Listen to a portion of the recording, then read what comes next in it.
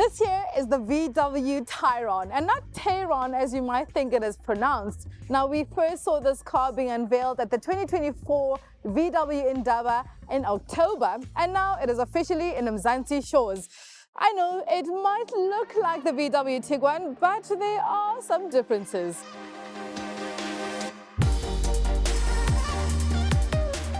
The Tayron fills the gap between the VW Tiguan as well as the range-topping Touareg. Now, this comes as a replacement for the Tiguan Allspace, which of course was the 7-seater variant of the Tiguan. Now, you have a standalone model in the range as just a 7-seater, and this is what you're getting on this car over here.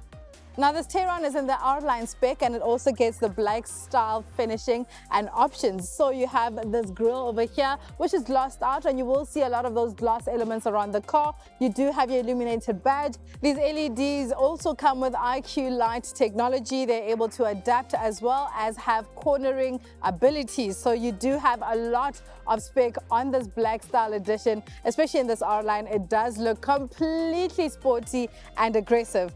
Moving over to the side of the car and complementing that R-Line grille, you do have these 18-inch Coventry alloy wheels. And of course, if you are getting the base model, you can always have these as an optional extra. I do think they really elevate the car. You have your R-Line badging on the side, your camera underneath, as well as your indicators on the side mirrors. And the side is actually where you see the real profile of the car and the length of the car, because you do have an extended rear, which will give you the 7-seater option that this car comes in.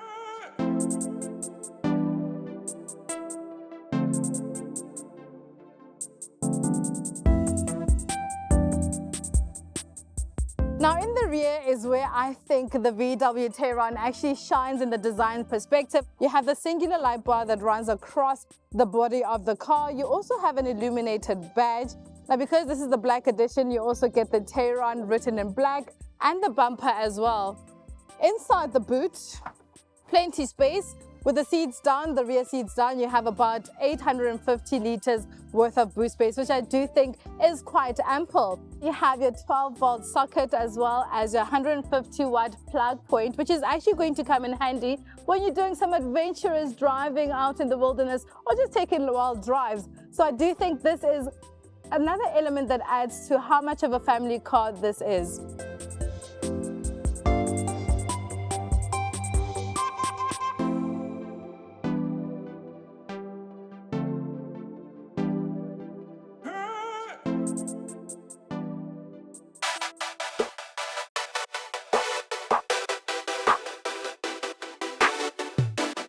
So one of the great things about driving a VW is that you automatically know that you are getting a quality car, you're getting a great engine, and also suspension that really has been proven over products. And the Tayron attests to it as well. They have worked and refined the suspension.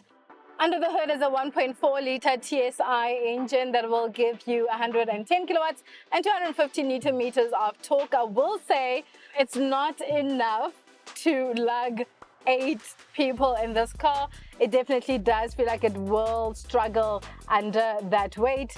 Fuel efficiency, we are looking at 8.1 liters per 100 kilometers, which I do think is pretty good. What I would have loved with these cars is for them to bring out a diesel engine. I do think this would have really blown this car out the park.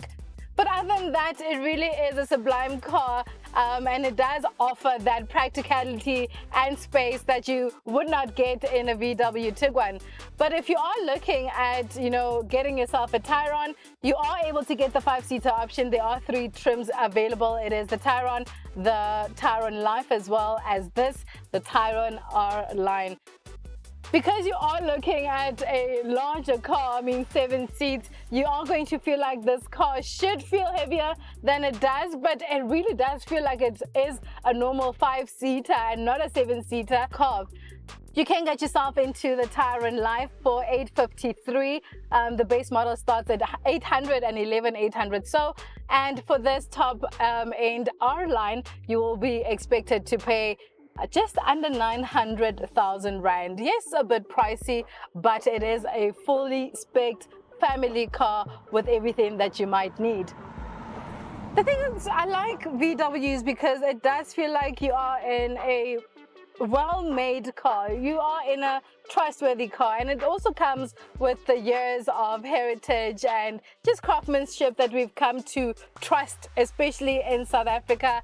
Of course, with any brand, no car is 100% just perfect, but I do think VW really has mastered making cars just exceptional. Although this car is and feels very familiar, I do think it isn't that same familiarity that it shines, because essentially you're getting a car that you really love and know in a different iteration, but with loads of elevated comfort, with space and loads of tech. That 7-seater option really makes it stand out, and I do think that in its segment, it really is worth the consideration.